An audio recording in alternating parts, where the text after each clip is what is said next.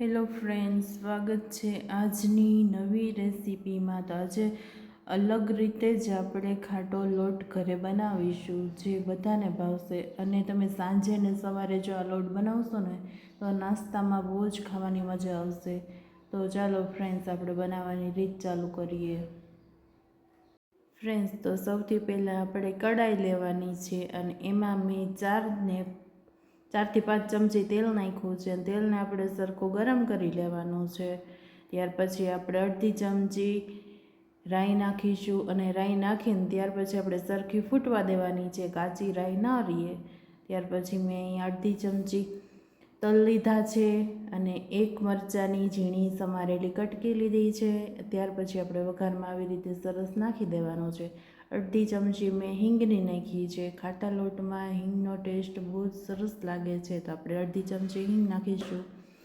ત્યાર પછી આપણે નાખીશું અડધી ચમચી જેટલી હળદર અને હળદર નાખીને ત્યાર પછી 1 ગ્લાસ આપણે પાણીનો નાખીશું। તમે જોઈ શકો છો કે આપણો વઘાર છે એ સરસ થઈ ગયો છે ખાટા લોટનો। અને આ પાણી નાખ્યું છે ત્યાર પછી આપણે ઢાંકી અને 2 મિનિટ માટે આને ઉકળવા દેવાનું છે। તમે જોઈ શકો છો કે આપણું જે પાણી છે એ સરસ ઉકળી ગયો છે અને આપણો મસાલો પણ સરસ ઉકળી ગયો છે। ત્યાર પછી મેં અડધી ચમચી કશ્મીરી મરચું નાખ્યું છે તીખાસ પ્રમાણે। તમે તમારા તીખાસ પ્રમાણે ગમે એ મરચું યુઝ કરતા હોય નાખી શકો છો। સ્વાદ પ્રમાણે મીઠું નાખ્યું છે મેં અને ત્યાર પછી આપણી ગેસની ફ્લેમ છે એ સાવ ધીમી કરી નાખવાની છે। અને મેં અહીંયા છાશ લીધી છે, મીડિયમ ખાટી છાશ આપણે લેવાની છે। તો આપણે સૌથી પહેલાં આપણે અડધો ગ્લાસ નાખીશું ખાટી છાશ અને છાશને આપણે ઉકળવા નથી દેવાની, ત્યારે જ આપણે જુવારનો લોટ નાખી દઈશું। તમે જોઈ શકો છો કે આપણે જુવારનો લોટ નાખીને ત્યાર પછી આપણે વૈણાથી આવી રીતે સરસ મિક્સ કરી લેવાનો છે આપણા પાણી હારે।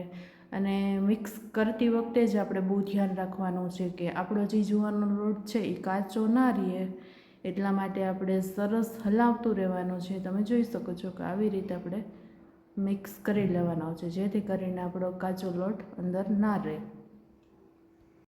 ફ્રેન્ડ્સ, તો આપણે પાણીને થોડીક છાશ નાખી હતી એ લોટે સરસ શોષી લીધું છે અને ત્યાર પછી આપણે પાછી થોડીક છાશ નાખવાની છે અને ત્યાર પછી આવી રીતે સરસ મિક્સ કરી લેવાનું છે, જેથી કરીને આપણો લોટ છે એ પાછો છાશવાળો સરસ થઈ જાય અને નીચે બેસે પણ નહીં અને બળે પણ નહીં। એટલે આપણે ઉપરથી થોડી છાશ નાખી છે અને ત્યાર પછી આપણે 5 મિનિટ માટે એને ઢાંકીને બાફવા દેવાનો છે, જેથી કરીને આપણો કાચો લોટ ના લાગે ખાવા વખતે। તો તમે જોઈ શકો છો કે આપણે જે છાશ ઉપરથી નાખી હતી એ સરસ શોષી લીધું છે લોટે। ત્યાર પછી આપણો લોટ છે એ તૈયાર છે। તો તમને જો આ ખાટા લોટની રેસીપી પસંદ આવી હોય ફ્રેન્ડ્સ, તો તમારી ઘરે નાસ્તામાં જરૂરથી બનાવજો। આ સાંજે પણ બનાવી શકો છો અને સવારે પણ બનાવી શકો છો। તો તમને જો મારી આ રેસીપી પસંદ આવી હોય તો લાઈક કરો, શેર કરો અને સબસ્ક્રાઈબ કરો।